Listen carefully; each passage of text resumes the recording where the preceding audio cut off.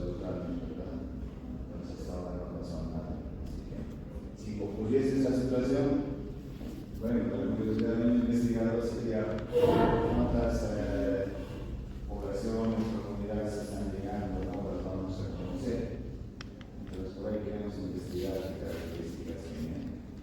Y haríamos una muestra de ellos, es decir, sacar una pequeña porción representativa de cada una de esas comunidades para ver, ¿no?, qué características puedan tener. Lo mismo sucede cuando nosotros queremos hacer un estudio en cualquier tipo de población. Si nos referimos, digamos, a los universitarios de la Facultad de Medicina, que son 2.800, es una cantidad muy grande en la que nosotros tenemos que trabajar. Nos va tiempo y nos va dinero. Pero si nosotros sacamos una pequeña porción representativa, te puedo decir, tanto una cantidad de mujeres por cada curso, bueno, llegarían a ser, digamos, 300, 250 personas de las 2.500, pero aplicando ciertos procedimientos que deberían ser más adecuados. Bien, eso es lo que les decía, tenemos una población, digamos, que está en la Facultad de Medicina, 2.800 universitarios, pero me llevaría mucho tiempo trabajar en esta revisión médica, etc., ¿no? Entonces, a través de lo que es un proceso que se llama museo, obtenemos esta posición, que es algo que nosotros tuvimos que decir la forma y con la cual confiamos, porque es a esa muestra, a ese pequeño grupo, al cual yo le voy a aplicar un momento para recoger información. Y en el momento en que tenga las conclusiones, a través de la inferencia, generalización o extrapolación, voy a devolver esos resultados y conclusiones para que sea aplicado en toda esta información. Para que yo esté seguro de que realmente estamos haciendo las cosas, es que debo tratar de sacar una muestra con una metodología más adecuada. Eso es lo que hacemos.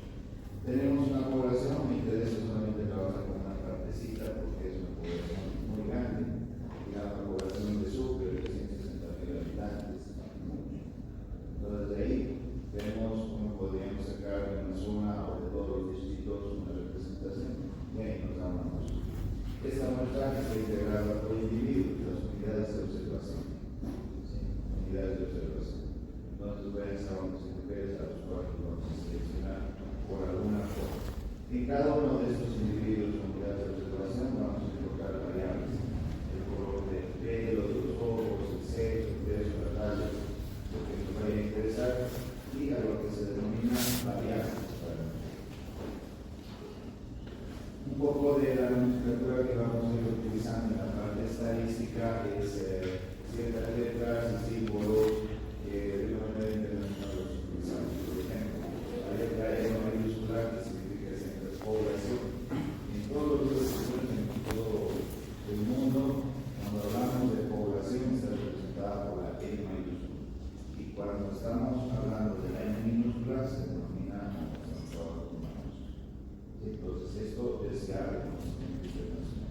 Entonces, nuevamente tengo la población, quiero hacer algún tipo de estudio y voy a sacar a través de un museo de integración representativa. Cuando tenga los resultados y conclusiones, si lo he hecho bien, voy a tener la confianza de devolverlo representativamente o una generalización de los datos. Debemos aclarar algunas cosas aquí porque puedo trabajar con toda la población. En algún momento podemos acceder a todos ellos. Por ejemplo, si yo voy a hacer algo, digamos, violencia intrafamiliar y quiero trabajar en unidades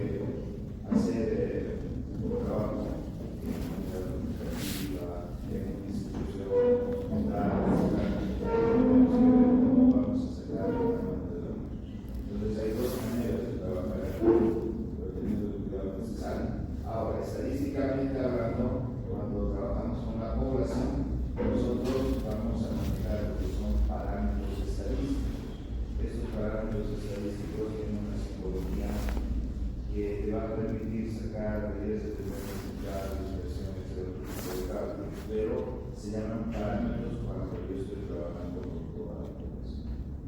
Pero si yo voy a sacar un pedacito, una muestra de esa población, entonces esa información estadística tiene el nombre de estimadores totales estadísticos. Entonces no se confundan, porque a veces hay chocamos. Cuando trabajamos con población, se llaman parámetros estadísticos. Puede que saquemos las mismas medidas, pero la simbología para sacar las fórmulas son un poquito diferentes. Pero llegamos al mismo tema, pero utilizamos distintas herramientas. ¿Okay? Si trabajo con una muestra, entonces yo voy a terminar haciendo el uso de estadísticos o estimadores totales o estimadores totales estadísticos. ¿Qué sucede con una muestra? En la muestra tenemos la unidad de muestra con la unidad de observación, de la cual vamos a sacar variables, edad, peso, talla, sistemas corporales, y lo que a nosotros nos interese de acuerdo al tema y de acuerdo a la literatura. Entonces, todos estos valores, desde el punto de vista cuantitativo, yo voy a trabajar con nuestros estimadores. Tenemos también lo vamos a ir viendo con calma. La mayoría de ustedes van a trabajar con estimadores. Unos grupos van a trabajar con parámetros, pero no va a haber, digamos, gran cantidad. Bien, supongamos que en la universidad o en la que estamos haciendo en este momento hay una reunión de individuos de Colombia en particular. En este caso, no se trata de la universidad. Tenemos una población universitaria donde están las carreras de ingeniería, medicina, letras y física. Queremos hacer un estudio, puede ser de cualquiera. Necesitamos sacar una muestra de cada una de las actividades de carreras. Entonces, a veces de ese muestreo, yo voy a poder tener la cantidad confiable de cada una de esas unidades. Puede que sea el mismo número, puede que sea distinto, pero nosotros tenemos que ser cuidadosos de que realmente cada una de estas carreras esté representada en la muestra. ¿Sí? Muy bien. Les pongo un ejemplo. Hace muchos años atrás en el departamento de investigación, por una falta de habilidad, se realizó primero una investigación de cuánto conocían, qué utilizaban, qué se utilizaba, cómo realizábamos su trabajo de investigación los universitarios. Estoy hablando de esos 15 años atrás. Y vimos los resultados, estuve realizando el informe y todo, y comienzo a ver que de toda la facultad de medicina que debían haber hecho, sacado una muestra, solamente habían trabajado por el primero, segundo, cuarto. Y al final concluyeron que todo lo que habían encontrado de manera de hacer investigación estaba a todo valor. Entonces ahí se cometió un error, porque no se tomó un tercero, no se tomó un quinto, o sea, ni siquiera los expresaron. Comenzamos a ver la metodología de cómo hicieron esto. También era como que yo me paraba en la puerta y comenzaba a leer los formularios y no sabía más que al final preguntarle de qué curso eres y que se iban acumulando, ¿no? A un determinado nivel. Entonces ahí cometieron un error porque hay que hacer distribuciones muy cuidadosas, representativas por curso y por grupo. Y queremos ser un poquito más, digamos, específicos, inclusive por sexo. Entonces tenemos que saber qué es lo que interpreta uno del otro, ¿verdad? Entonces, esa representatividad hay que cuidarla. Yo no puedo sacar conclusiones de un tamaño de muestra que solamente se ha tomado en primero, segundo y cuarto, ya saber que todos hacen lo mismo, siendo que tercero y quinto no habían participado, ¿verdad? Entonces acá estamos intentando, y ese es el problema. Cuando uno sabe un poco manejar ese tipo de cosas, entonces se va a sentir peligroso. En el momento de las evaluaciones, hay que ser lo más grave que la. Bien, entonces, esta población, vamos a ir transformando una pequeña muestra desde el punto de estadístico, teniendo los datos, devolvemos a través de una inferencia. Eso es lo que nos interesa.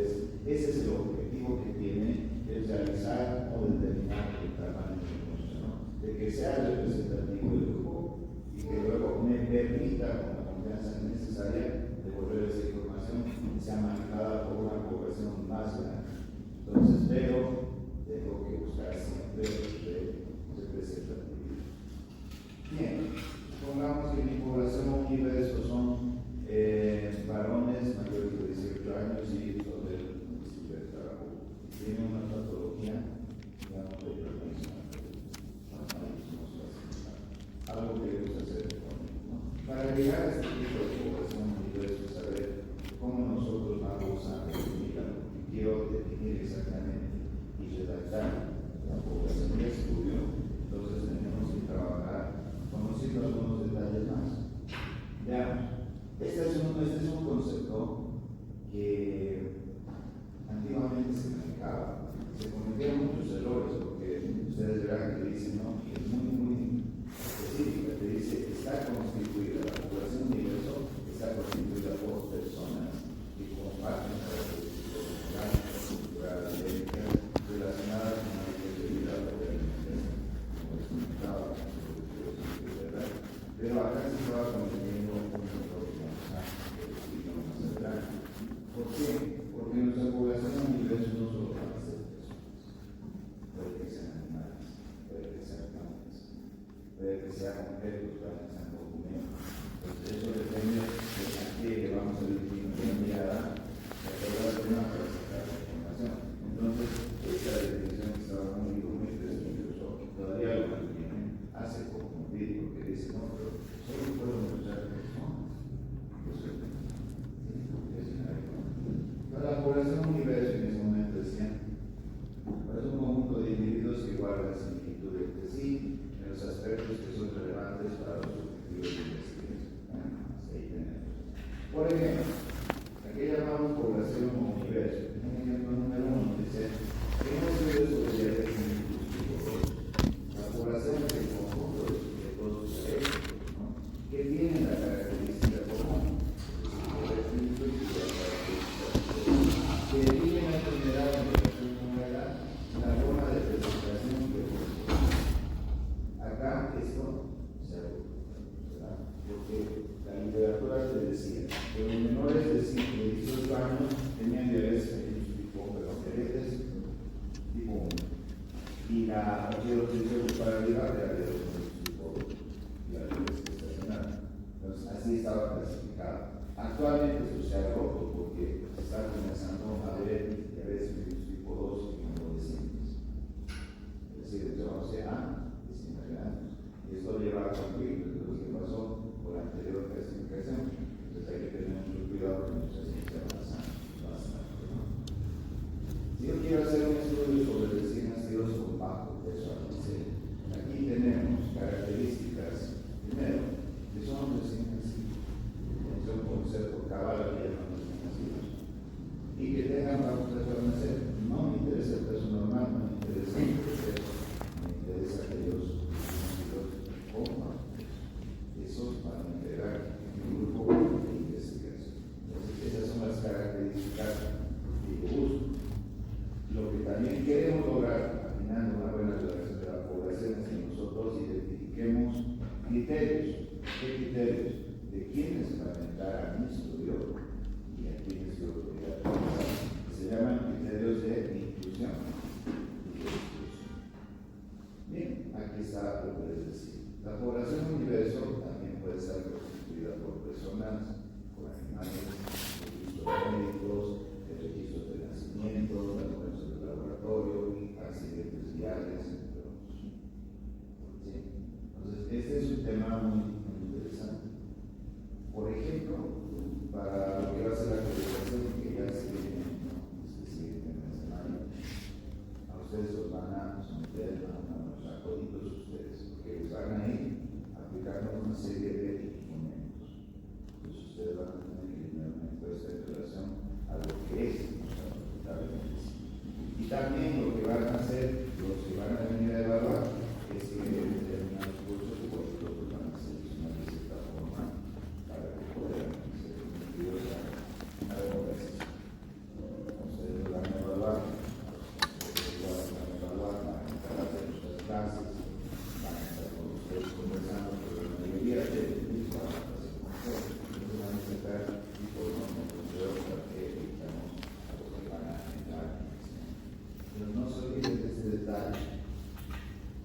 Dependiendo del tema que nosotros necesitemos, vamos a ir sacando las unidades de observación. Bien. Ahora me interesa de que una manera de clarificar,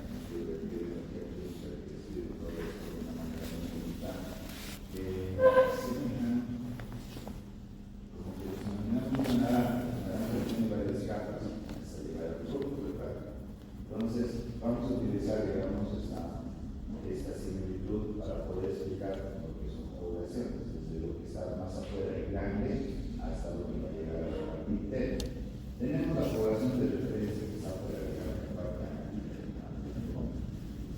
población de referencia se caracteriza por ser amplia, bastante amplia, es grande y en ocasiones es limita porque no sabemos el número que pueda tener.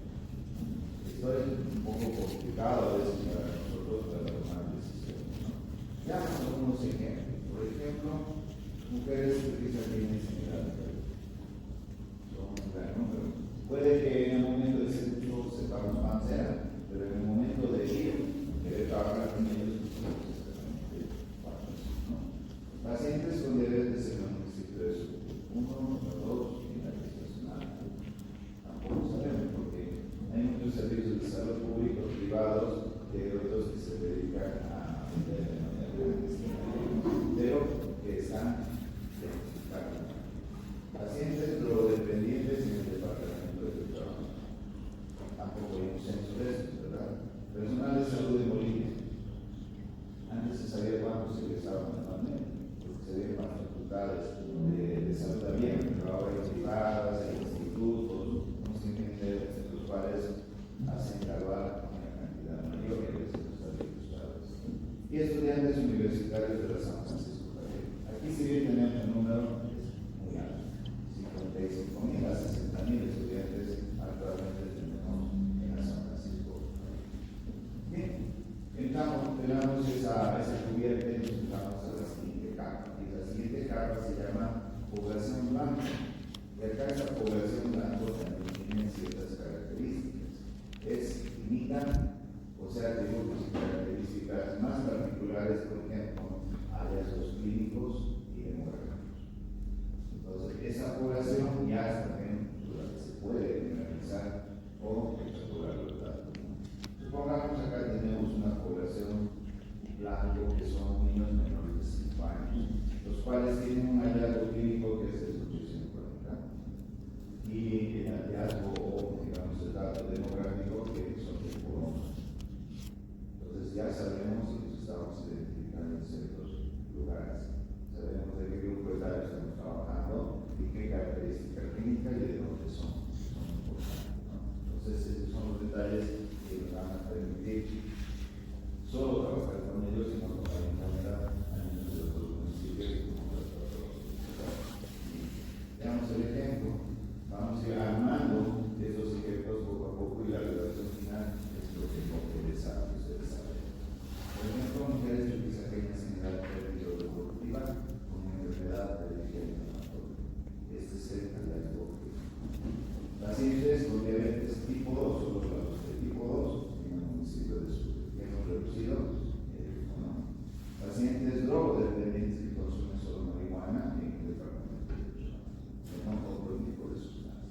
Personal de salud con una especialidad de medicina familiar en Bolivia.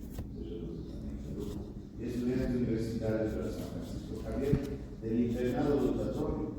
Entonces, hay muchas carreras que hacen internado rotatorio, no solo en salud, pero no todas las carreras las hacen, ¿verdad? Entonces, también estamos comenzando a limitar. Y entramos a una capital humana. Población elegible. Es la parte de la población blanco que se encuentra disponible para los servicios. Ya podemos acceder, podemos abordarlos, conseguir el conocimiento. Entonces, ya nosotros, desde mujeres en edad fértil o reproductiva, que acuden a los hospitales de los municipios de Chaco y Saqueno, ahí en estos servicios que están disponibles como enfermedad perenne. Entonces, cada uno de estos puntos va redactando debido a un cierto motivo. Pacientes con diabetes tipo 2 identificados en el Hospital Santa Bárbara en el municipio de Sucre. Ahí pues vamos a encontrar. Pacientes drogodependientes que consumen marihuana en el departamento de Cochabamba que son atendidos en el hospital psiquiátrico. Personal de salud con la especialidad de medicina familiar de los policlínicos de la Caja Nacional de Salud Bolivia. Y estudiantes universitarios del internado rotatorio de la Facultad de Medicina de la San Francisco Javier. Entonces, ya estamos como que poniendo algunos criterios y vamos seleccionando de ciertos lugares con cierta característica, ¿no? Y esta es la población que me interesa que ustedes permanezcan. Si bien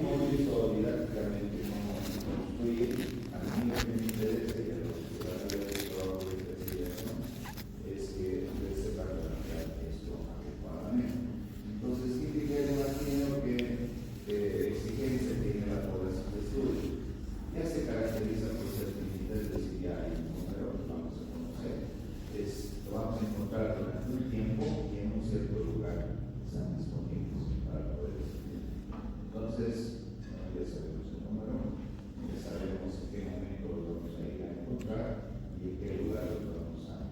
Eso debería cumplir la ley de la población. Veamos los ejemplos.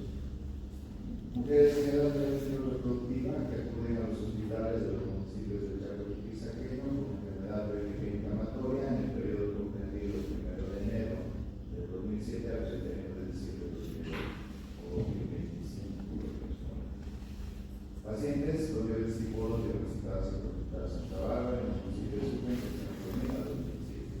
Ahí ponemos la que pacientes drogodependientes que consumen marihuana en el departamento de Cochabamba son atendidos en el Hospital Santiago Goyen en estas fechas 2008, 2010, 2012, 15, 20, 26. Personal de salud con especialidad de medicina familiar de los policlínicos de la Caja Nacional de Bolivia en el periodo 2004-2007 y estudiantes universitarios también, ¿no? Del internado de rol de la Facultad de Medicina de San Francisco Javier. Ustedes ponen el lado ahí. Entonces, acá ¿qué estamos entendiendo? Y algunos se me preguntan, ¿por qué ustedes empiezan hacer el trabajo de investigación elaborando un título? Eso no se esperaría, sí se puede esperar, pero eso es el valor, ¿verdad? Porque para elaborar el título hablamos de responder a qué, cuándo, cómo, en quiénes, dónde, etc. ¿verdad? Y como que acá, en esta revelación, también estamos comenzando a entender que sucede el mismo fenómeno. Solo que estamos aclarando mucho mejor lo que estamos queriendo hacer. Y esto sería la revelación final, cuando te digo cuál es tu población de estudio. Mi población de estudio son hechos universitarios del internado rotatorio de la Facultad de Medicina, de esa universidad, porque hay muchas en esa gestión. Listo, lo tenemos bastante claro. Y a partir de eso, todavía sigue siendo bastante grande, como vamos a mirarlo acá. Hemos ido quitando estas capas, ¿no? La población de referencia, la población blanco, la población elegible y hemos llegado a la población de estudio. Aparentemente es más pequeña, aparentemente. Sigue siendo enorme. Sigue siendo enorme. Entonces, nosotros tenemos que sacar un tamaño de muchos. Hasta aquí solo hemos de población. Entonces ya sabemos que a medida que hacemos todas estas cosas vamos a generar unas preguntas, vamos a precisar mejor la relación, pero también lo que nos interesa es generar criterios de inclusión y exclusión, ¿verdad? Entonces esos elementos permiten que ya una siguiente parte que va a venir después sea bien redactada. Fíjense muy bien a quienes van a entrar a mi estudio, que a quienes les voy a decir, lo siento, no calificas, no puedes. ¿Por qué? Porque vas a solucionar todo lo que está dentro.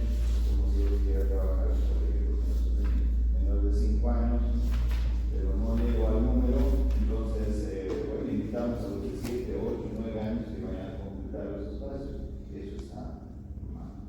¿Por qué? Porque esos niños van a dar información distinta y van a comenzar a distorsionar bien a que te confundas con lo que va a salir porque están en otro grupo. Entonces estas cosas a veces influyen y a veces no nos damos cuenta de un caso como el que sea, ¿no? Está pasando por la calle donde lo que puede ser de no. Entonces tiene que cumplir. ¿Sí? ¿Alguna pregunta, Sergio? ¿Nada? Ok. Aclarando, la unidad de observación o análisis son los elementos del universo en los cuales vamos a medir y estudiar las variables de interés. Me interesa, digamos, los universitarios de la Facultad de Medicina. Unidad de observación es cada uno de los universitarios. Si son los adolescentes de un determinado colegio, la unidad de observación son los adolescentes. Si son gestantes adolescentes, en unidad de observación son las gestantes adolescentes. No pueden ser gestantes adultas o otra característica, ¿no? Y la unidad de muestreo es el elemento utilizado para seleccionar la muestra, que lo vamos a ir conociendo un poquito más. Bien. Entonces entramos a la otra parte de la muestra y aquí se pedacito. Pero debemos aclarar algo, aquí tenemos que tener mucho cuidado porque sale una frase que dice los datos estadísticos incorrectamente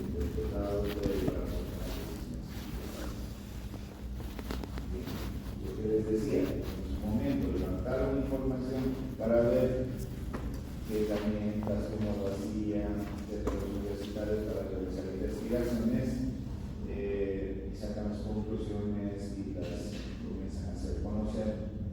Nos estaban dando datos que estaban mal analizados, primero mal elaborados en la reacción de la muestra y posteriormente tomar en cuenta esa información de que eran todos los que servía para todos esa misma información. Esto era el lado, pero realmente de una manera muy clara, no podíamos decir que estaba sucediendo ese tema. Entonces ahí, si nosotros incorrectamente hacemos un procedimiento, tenemos una mala pregunta, tenemos un mal objetivo, nuestros objetivos específicos están libres, nuestra revisión bibliográfica no hemos sido adecuada, nuestra metodología es pésima, no hemos elegido bien, porque no hemos medido bien, y seleccionamos mal las cosas, entonces ¿cómo van a salir los datos? Realmente malos, ¿verdad? Y eso va a llevar a que muchos autores puedan ver las conclusiones y vayan a utilizar esto y puedan ver una situación adversa que realmente nos puede llevar a la catástrofe y a afectarnos. Tengan mucho cuidado con ese tipo de cosas. Bien, lo que yo tengo es mi población y voy a ir sacando a algunos de estos individuos de una manera representativa, ¿no? Ese es el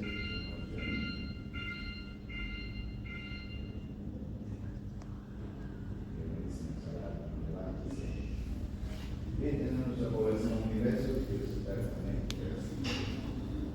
Entonces, hay una definición muy interesante que dice: la muestra es un subconjunto o una parte de la población que te va a permitir pedir, estimar, extrapolar o generalizar esos resultados de la observación y la medición de toda la población. La pregunta de investigación siempre es regular, que sea la que va a dirigir todos estos procesos, ¿no?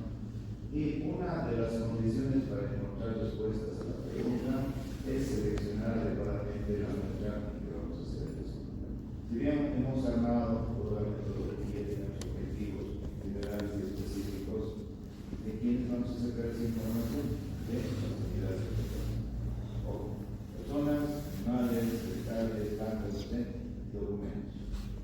Ellos van a proporcionar información, ¿verdad?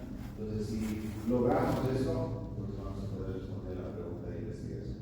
Pero si lo hemos hecho bien, va a ser como que haber. Entonces, la muestra se selecciona de la población elegible o de la población de estudio. Generalmente estamos trabajando con la población de estudio. Entonces, de acuerdo a los criterios de inclusión y a los criterios de exclusión, y ya los hemos identificado. Aquí se llaman criterios de inclusión y exclusión. Son aquellos que te van a permitir definir y caracterizar a la población de estudio. Mi población tiene cierta característica. Por ejemplo, personas que hayan tenido un infarto miocardio, que hayan estado o hayan sido dados de alta de terapia y que tienen una edad mayor de 60. Entonces, esos son criterios de inclusión. No quiero a los pacientes porque el infarto miocardio puede tener cualquier edad, muchos pueden haber entrado por otras causas de terapia, pero también no. La edad de 60 años no significa clasificar. Entonces, estamos viendo criterios de inclusión y exclusión que te van a permitir no separar a las personas para formar un grupo de estudio. Entonces, esos criterios de admisión, inclusión y exclusión sirven a dos propósitos: que permiten al investigador seleccionar su población de estudio y también decidir si puede o no extrapolar o generalizar los resultados a sus pacientes. Y aquí hay una gran diferencia, por ejemplo, entre la investigación cuantitativa y la cualitativa. La cuantitativa sigue todos estos casos. Tiene que trabajar con una buena cantidad de unidades de observación. No podemos trabajar con algunos de ellos. Eso para la cualitativa. En la cuantitativa, si hemos sacado una manera de no igual, todos esos resultados los devolvemos a toda la población. En cambio, en la investigación cualitativa trabajamos con pocos y todo lo que saquemos de información yo no puedo devolverlo a la gran población. Solamente es para ese grupo pequeño como de trabajo. Vean la gran diferencia. No se sacamos de la poca. Si sacamos muestra, lo hacemos de una manera un poquito distinta, donde no hay gran cantidad como en este tipo de estudios, ¿no? Recordamos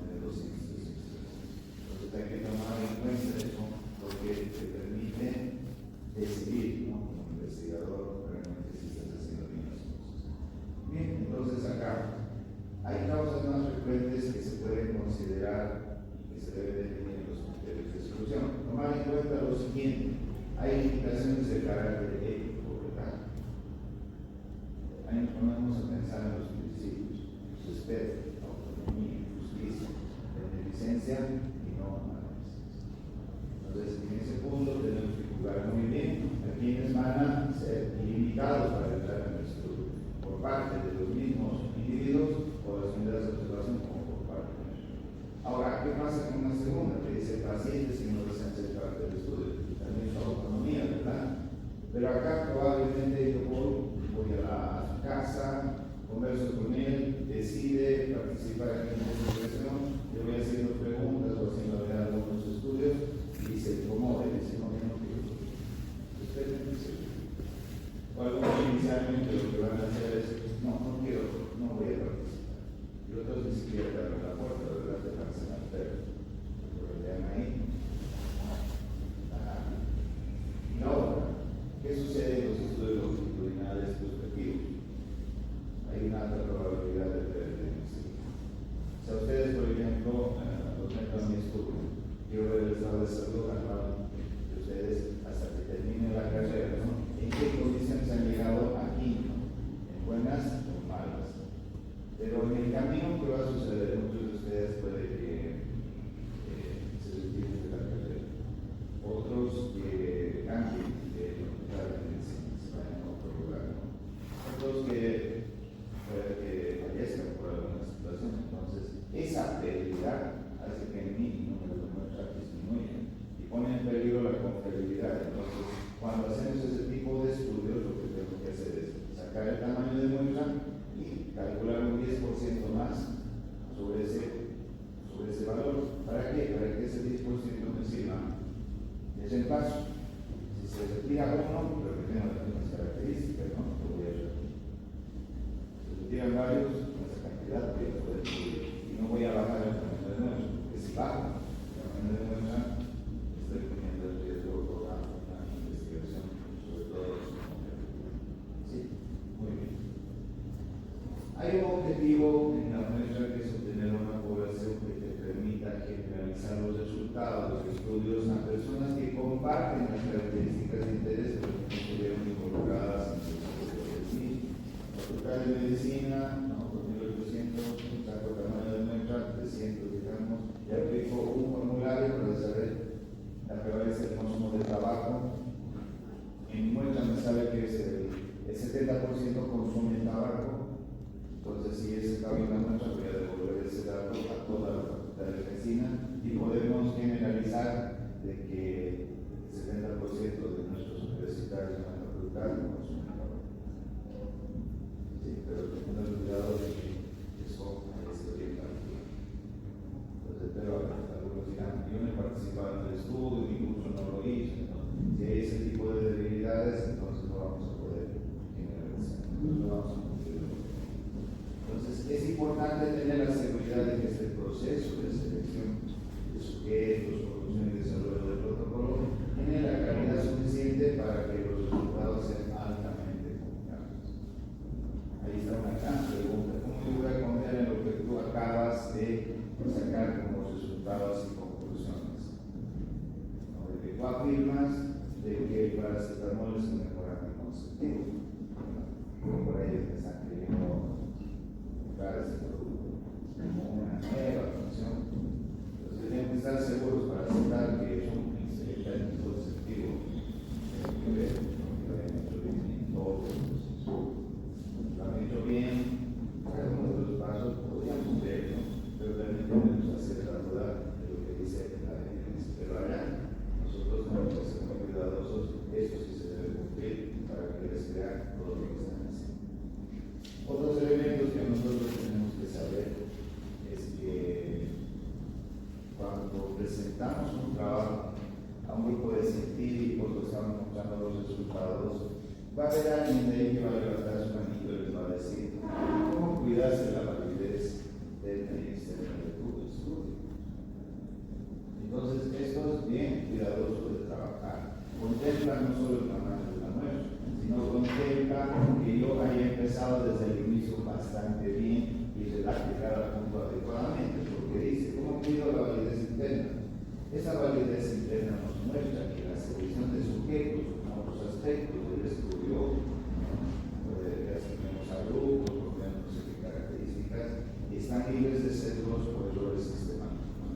Primero, porque ya hemos redactado bien desde el título, introducción, antecedentes, planteamiento del problema, pregunta de investigación. Justifiquemos bien, tengamos buenos objetivos, hagamos un buen marco teórico, tengamos un diseño metodológico muy bien elaborado, hayamos hecho para una operacionalización, tengamos un buen instrumento de recolección de datos, sepamos qué variables hemos manejado y cómo hemos sacado a través de la operación, habíamos cumplido con la validez. ¿Qué sucede con que yo cumpla la validez externa? Si yo compruebo que he hecho todo lo anterior, entonces soy capaz de devolver la información, es decir, los resultados a la operación real. Entonces, de esa forma, con esa confianza, estoy cuidando la validez externa, porque si esos datos son verídicos, han sido muy bien elaborados, porque todo el procedimiento ha sufrido un cuidadoso y metodológico procedimiento de la operación. Tenemos mucho cuidado porque acá estas preguntas son muy delicadas. Tienes que estar muy seguro de que cada parte realmente está muy bien elaborada. Que los trabajos que están teniendo tendencia en este momento con mis prácticas, estamos comenzando a ver que hay ciertas debilidades, pero mejor que se muestre inicialmente a que lo veamos en la presentación final, ¿verdad? Entonces vamos a buscarlo cada vez más, vamos a pensar cómo debería ir la situación. Y logramos que todo eso también sea adecuadamente elaborado. Y bien, termino con esto. Dice, una técnica impecable de posteo es el mejor método disponible para asegurar que esa población y sus subpoblaciones están representados en la muestra y será adecuado hacer la integralización. Entonces, una experiencia que yo tengo era que cuando estaba sacando mi título de educación superior, me ponen un tribunal y mi documento hizo un trabajo que me costó casi una semana hacerlo. Es decir, hice la facultad de medicina y íbamos a acomodar lo que era la asignatura de salud pública. Entonces, con los procedimientos de investigación. Y en ese momento creo que teníamos 5 estudiantes, algo así. Entonces no era solamente sacar el tamaño de nuestro, que iba de simple instante, sino que tenía que sacar representatividad de primero, segundo, tercero, cuarto y quinto, de cada nivel, los subgrupos. En primero, esta vez habían 12 grupos en el segundo curso había 9, así iba disminuyendo, tercero 7, pero tenía que haber representatividad de cada uno de ellos. Entonces es un cálculo bien minucioso, muy delicado. Y cuando lo presento, yo dije que van a hacer cosas, van a pedir explicaciones, pero nadie me preguntó más. Entonces, ¿qué significaba? Muchas personas prefieren obviar esa parte que es delicada. No pregunto porque no sé, porque voy a meterme en un papelón aquí. Pero actualmente ya están comenzando a indagar cómo se hace este tipo de cosas, aunque es matemática, como vamos a ver en la siguiente clase. Entonces ahí se van a dar cuenta que sí hay que tener mucho cuidado y entender cómo se está. Entonces, si hacemos mal esto, bueno, se estropea todo. Pero si lo hacemos bien y lo hemos ido aplicando de una manera correcta, entonces nadie te va a decir absolutamente nada. Entonces, esa técnica que utilicé en ese momento, a varios de ustedes que enseñar para que puedan hacer la recolección de sus datos de una manera bastante. Sí, no sé si hasta acá